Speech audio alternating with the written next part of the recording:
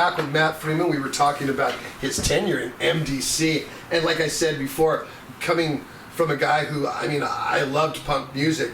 I'm a big Dead Kennedys fan. So, I mean, that must have been fun. Like you said, you learned a lot from that. I learned a lot. And, I learned a lot. I mean, they're pretty good musicians. I mean, Bill Collins is freaking... They're still doing it, right? They're still out there doing it a little bit, right? Well, as much as anyone is last year. I don't know. I think, I know that Bill did a tour with them a few years ago.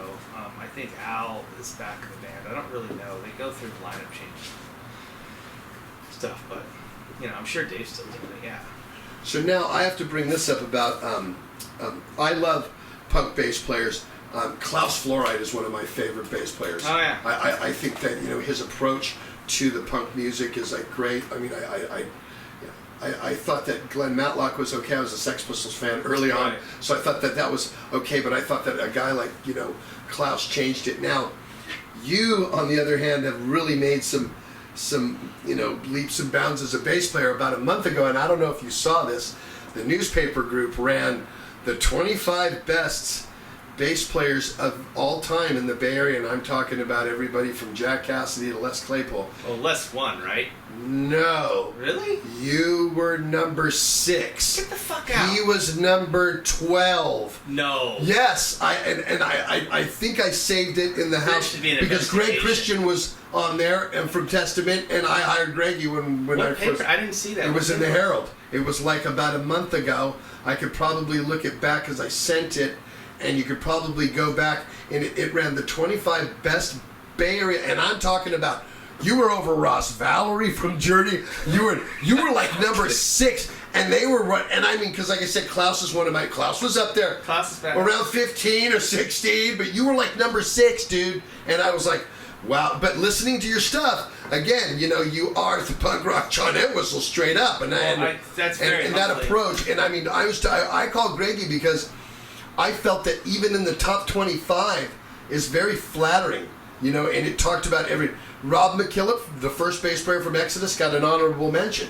But I mean, it was talking about everybody from every band that Bay Area put out, from Robert to Cliff. Cliff was number 2 or 3, I think. Yeah. Cliff was number 2 or 3. You were over Billy Mosley, and Billy's one of my favorite from Faith No More.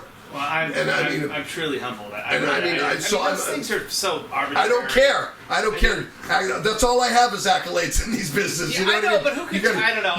Come on, and it's one guy's opinion, but at least if it's an opinion, it's a good. I'm sorry. Like a couple of years ago, when AC/DC hired Axl, there were other people considered. I was one of them. Would have been amazing. I was like so flattered that I was considered by that. Yeah. Actually, somebody who used to be our manager for Bill Graham Management, they got a hold of her, and she called me and said, can I get, we're submitting your name in this. They were called for you. I go, cool.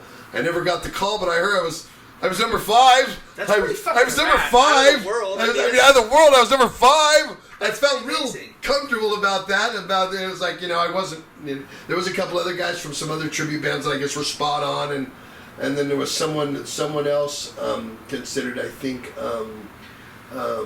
Mark from Accept as well. Okay. But I was like, wow. But so I do look at those types of things. But I mean, do you see that a lot, Matt? I mean, do you see that? I don't know. Wow, Matt Freeman is super. Those things are so. I mean, but from a fan's point of view. First off, full disclosure, I'm very honored that I was 6th. I mean, out of all the great musicians in the Bay Area, that's pretty great. Although those things are someone's opinion, and you're never going to please everybody. I understand it, and I take everything that anybody says good with a grain of salt, because there's always the guy that says something bad as well, so you take that with a grain of salt. I'm the same way. I've always just tried to be like, I'm thankful and...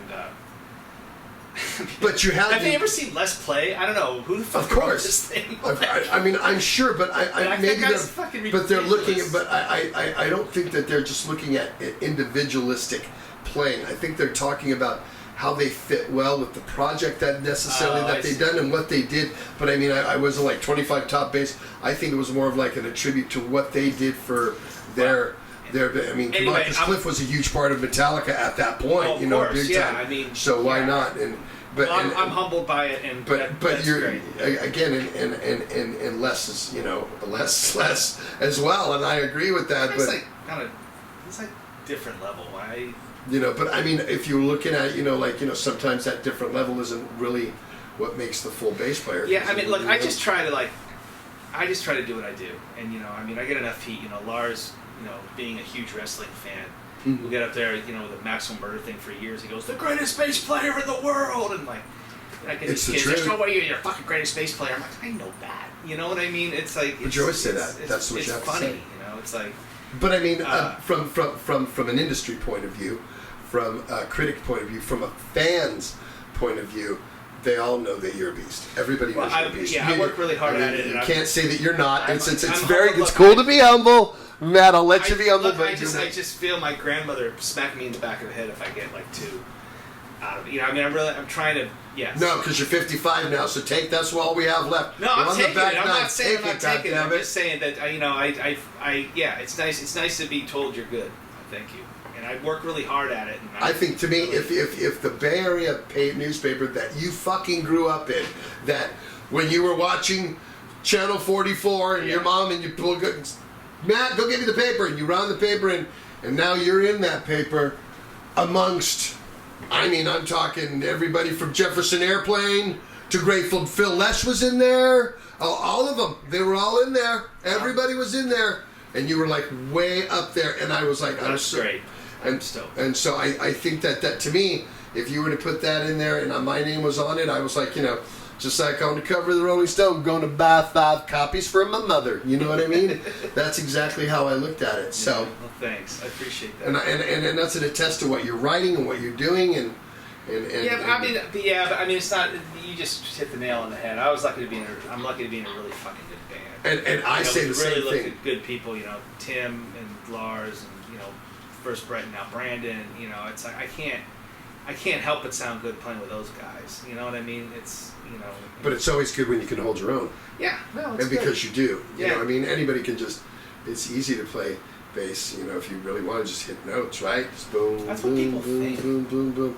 And I'm not saying easy, but I mean, if you wanted to be a simplistic bass player, you could do it, and not that difficulty. You could just, you know, go to the notes and stuff, not play chords or not, you know, do runs and stuff like that. Go back in the 80s and look at hair metal bands. None of those guys played bass really. They just kind of followed it, basically. And I mean, you add something to that, you know what I mean? You really bring that, and your bands definitely show it. So take those accolades, my man. All right. You deserve them. So now, I want to talk about something. In 2005, you got a little sick. Can you? What happened there? Yeah, that whole thing was fucking stupid. So I was a smoker for a long time. A militant smoker, mind you. Like I smoked 2 packs a day? Yeah, almost 3 usually. 60 cigarettes a day. I love cigarettes, and I was like, yeah, I smoked and like. The minute you got up.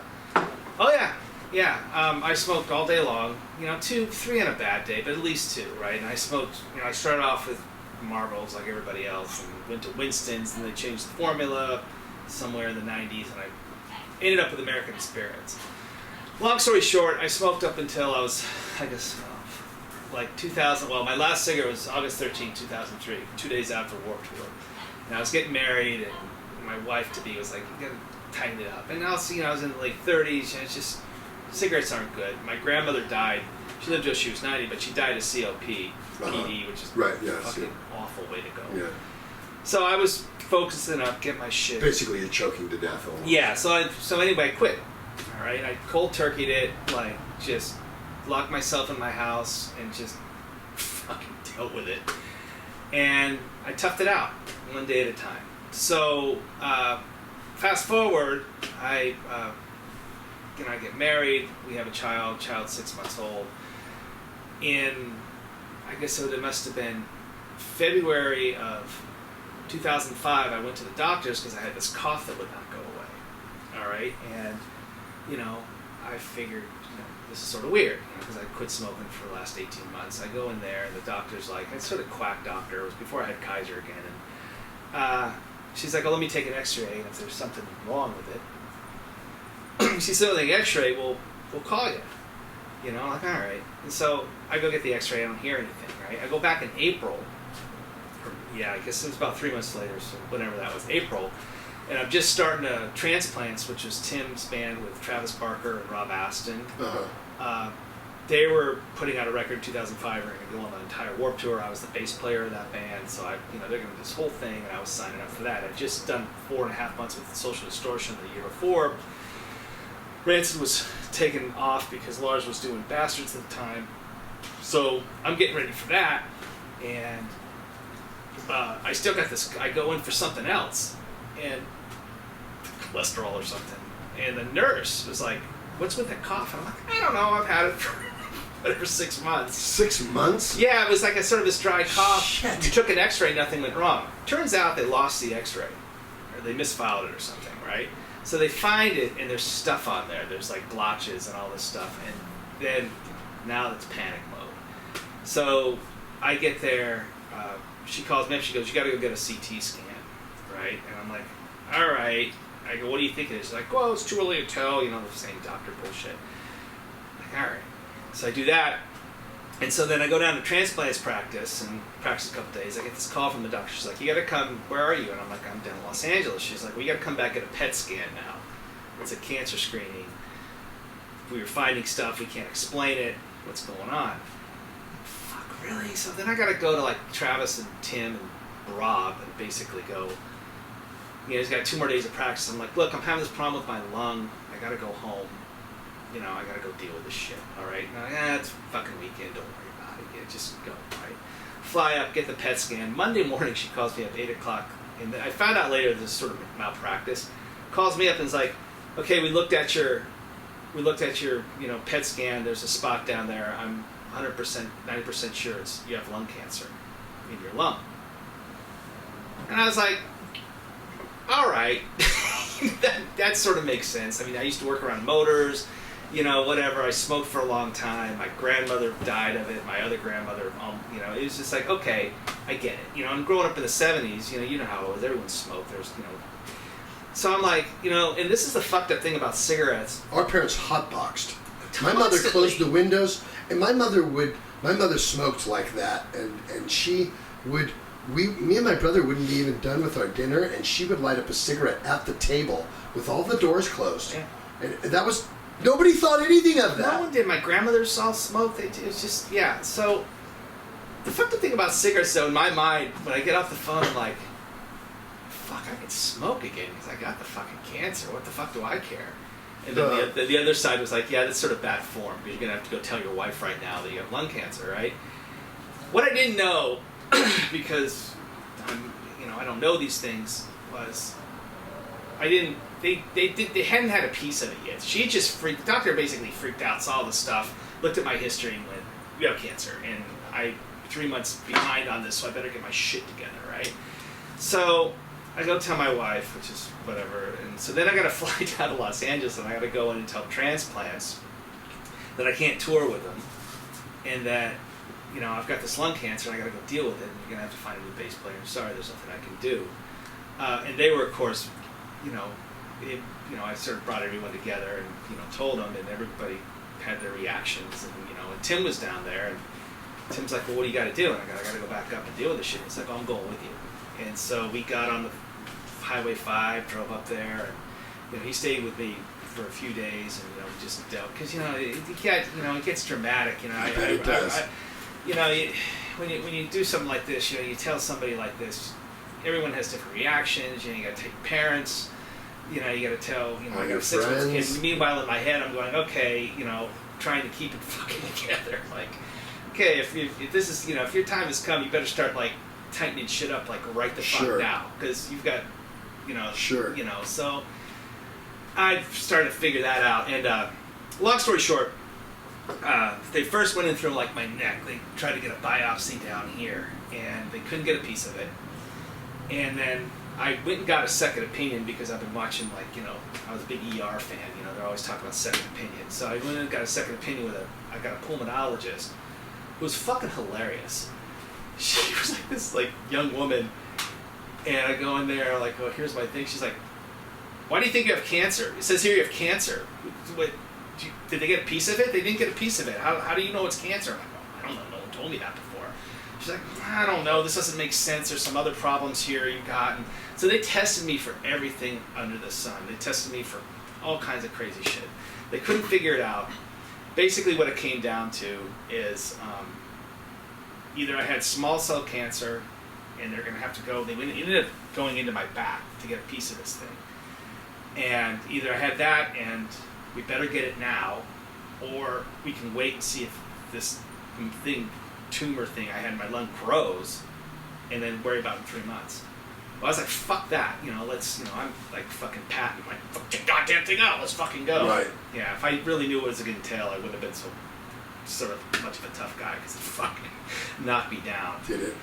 Yeah, so they went into my back, they found this, basically tested it there, and before I went in, the surgeon's like, look, the way this is, if we're going to test this thing, if it's cancerous, I'm taking your whole lung out, but I'm taking this thing out. That's right before I went in, and I don't know if you ever deal with surgeons, but they're just like... I've never been under the knife before in my don't go, life. it's not fun. But they're just very like, we're going to just take it out, like it's, whatever, kind of long. Like they're going to watch the car. Yeah, I know, so I'm like, okay, I guess you want a surgeon to be confident, right? So anyway, they go in there, I go to the surgery, the whole fucking 9 yards, they get this thing, they test it, I got lucky, it was like benign. And basically, the only thing they can come up with is that at some point in my life I had a really bad lung infection, like a really bad flu, and anyone that's been to Europe in the wintertime, which I'm sure you have, has had that death flu. That's probably, I blame it like touring in the 90s, like I had, and then just smoking and the whole 9 yards. But Rancid didn't play for like a fucking year, because it really hurt me. And I mean, it really the scar is like huge, and it ended up like, scar tissue, like, basically, as explained to me, it binds, it's like an armor, like your body's saying, we're not going to let this happen to you again. So it started, because what was funny, a year before all this happened, Rancid was in Norway, and the ground was off, and I went to sing at soundcheck, and I got 220 going through my lips, and it knocked me out. Whoa! Yeah, and that happened a year before, and I'm getting to the point, right? So, just to get the story straight, so I didn't have cancer, but I have this big hole in my back that I have to, and the scar tissue is basically forming, right? Well, meanwhile, what happened when I got electrocuted a year before was, because I went to the doctor there, and I ended up playing the show, but it knocked me out. It was like us, Alkaline Trio, and Rancid. It knocked me out, and I was really sore, and my shoulder just hurt like nothing to begin with. But I figured I'm on tour, I got electrocuted, I'm 8 years old or whatever I was. Baseball retirement age, what are you going to do? Right. So, fast forward, about a month after I get electrocuted, I'm driving up from Los Angeles, and I'm driving on 5, and I'm doing my normal, Rockford Files, going like 90, having a ball. There you and go. My whole arm goes numb, like out of nowhere, and I can't get, it was this. It's like, oh my God, this is awful. The only thing I could think of was, remember the old Giants pitcher, Dave Dravecky? Yes. He lost his arm. Remember that last one? He pitched it, it all just flew off. Yeah, I remember runs that. over there and I remember that. And in my fucked up mind, I'm like, oh my God, I got fucking cancer in my arm, like Dave Dravecky, right? And so I managed to get the blood flowing. I go to the doctor, and I go to a shoulder expert, and he's like, look, at some point you dislocated your shoulder. And I'm like, how did that happen? He's like, well, have you had any injuries, car wreck? And I got electrocuted. And he goes, oh, that's it. That happens, I guess, with you tense, just sort of does this, right? So I don't know this so much. So I did some physical therapy and stuff, but it's never really been 100%. But what happened was the scar tissue was pulling the muscles off, so I started to walk like this. Yeah, it was just a fucking mess. So I had to go back to physical therapy. Yeah. How's everything now? How's I'm life fine going? now. Do you have to go once a year to get screened for the cancer? Well, yeah, I get screened for all kinds of stuff now over 50. So, but yeah, a few years after that, they did a few other things. But I never really had cancer. I had benign scar tissue that I thought was cancer. But then it got out because the doctor told me. I mean, in hindsight, I didn't know that. You figure you trust these doctors. I mean, she was sort of covering her ass. Whatever, it is what it is. you know, in hindsight, I don't think I would have put it out there because it just gets dramatic, and you know, people are calling me, and like I start hearing from people like, "Hey man, I hear you're upset." I'm like, "Dude, I haven't talked to you since 1987. Fuck off." You know, like I know. if I'm gonna die, I don't talk to you. Exactly. You Where know all of a what sudden I mean? people No, come out it's to like- work, come on. It's like, don't make it Yeah. about you. It's like, Yeah, I feel, you know, I called him today. It's like, that's what it is, you know what I mean? I feel good about myself. I called him today. you know It's what like, I mean? I got a lot of, you know, and I got a lot of like, I got a lot of funny phone calls. I was, like I said, I did a thing with Social Distortion, and there was this. Yeah, I was going to talk about that next. Yeah, well, that was a really good experience. But they had a keyboardist, a guy named Danny Magoo, and he was this.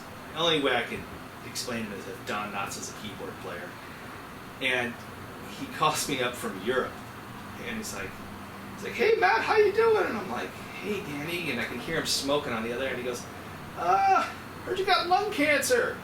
I'm like, "Yeah, that's what they say." And he goes, "You're not gonna die, are you?" I'm like, "I'm gonna try not to." He's like, "Okay, good. Just wanted to say hello. I gotta go." You know? Gee, that was a very empty call. Huh? No, it was good though. But if you knew the guy, it was like that's all he had to find out. It was really fucking funny. Yeah, because some people reacted like I'm sure anyone that's had traumatic, you know, you all know. Sure. Some people just like it's like, dude, calm the fuck down. Right, exactly. Could I just let me make you dinner? It's like I can still cook. I'm cool. I get it. Everybody wants. Yeah. People just want to feel like they're helping. Yeah, and the good news is I didn't really realize how much like people liked me. Honestly, you know, people, strangers, you know, a lot of doctors reached out like, "Oh, I can help you." So I got it was. That's good. You know, the whole experience was really good. That's really good. I'm sort of a sarcastic, angry person sometimes, but you know, it was really nice. You would make a good punk band if you weren't. Damn it, right? Right? Isn't that the whole thing? You got to be able to. You have to have angry. Even at 55 years old, if you're in a punk band, you better be a little bit angry about some shit. You know what I mean? It's not hard these days. Hell no. Hell no. Talk about Social Distortion. Talk about playing that.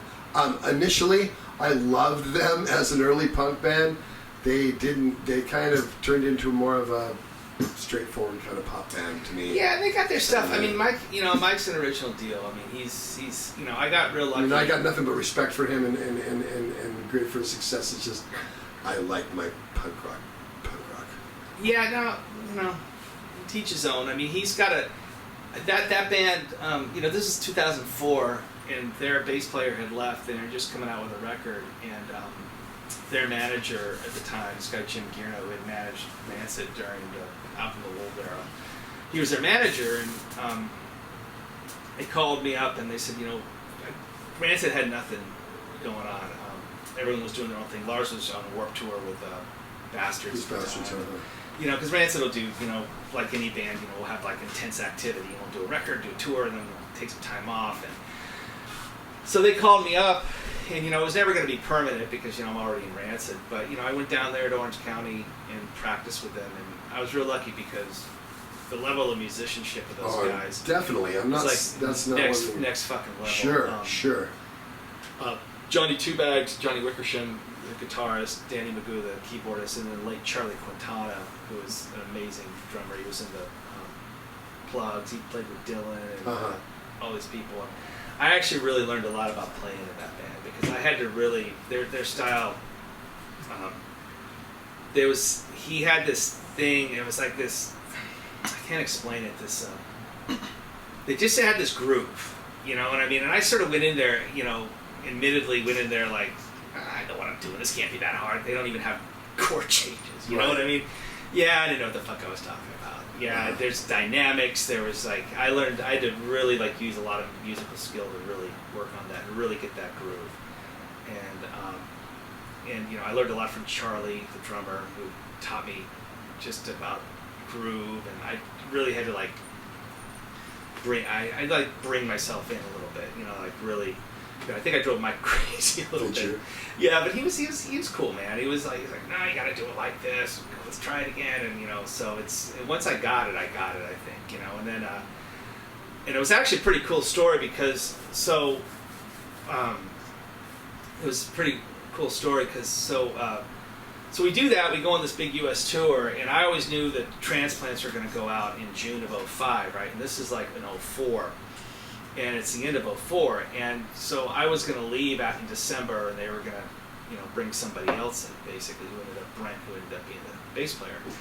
So the last 3 shows are in late November, right around Thanksgiving, and it's at the Wiltern in LA. It's a beautiful place. I love the Wiltern. Oh yeah, it's a great place, right? 3 shows.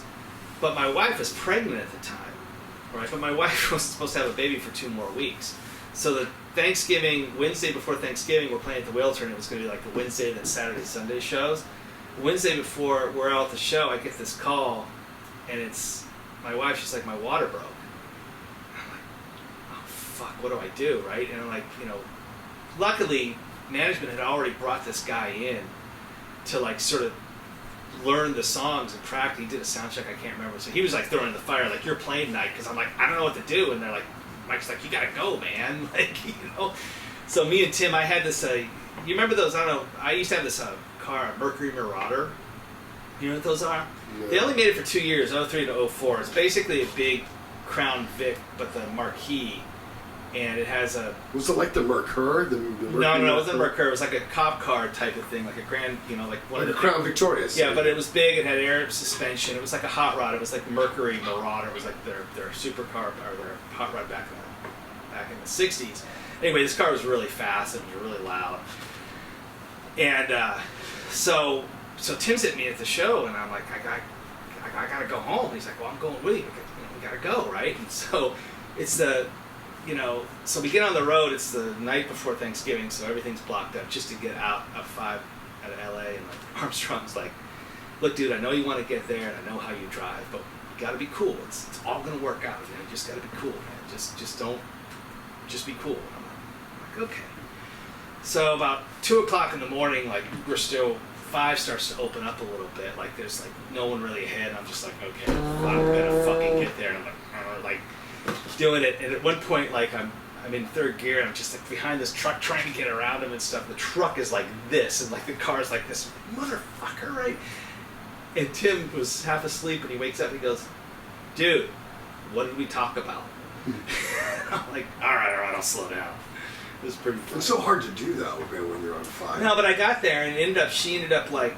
So did you see the birth? Did you Oh, get yeah, fuck yeah. You made it in time? Yeah, me and Tim and Lars and Brett spent Thanksgiving of 2004 in Altabase Hospital because he did not want to come out. First one? Yeah, first one. Because my first one was the same way. Second one, I went to the parking lot at Kaiser to get her bag, and they're calling me over the loudspeaker. Steve Sousa needs to report to the maternity ward right now, and I'm like, grab the bag, went in there, and as soon as I got there, Nick was coming out. Wow, that's crazy. So if you'd have been on the second one at the Wiltern, you might have well played the show. You know what I mean? Because it was like, you have more children, right? I mean, you have. I have a second one. I had another one in 07. Yeah. So I got quicker birth on that one. No, he really? Actually. Yeah. Well, he didn't. 2 and 3 went. Yes. Yeah. Well, it was a quick birth. The birth was quick, but he didn't want to come. He was like, they had to like basically set a date, and there were some complications or something. But he was fine.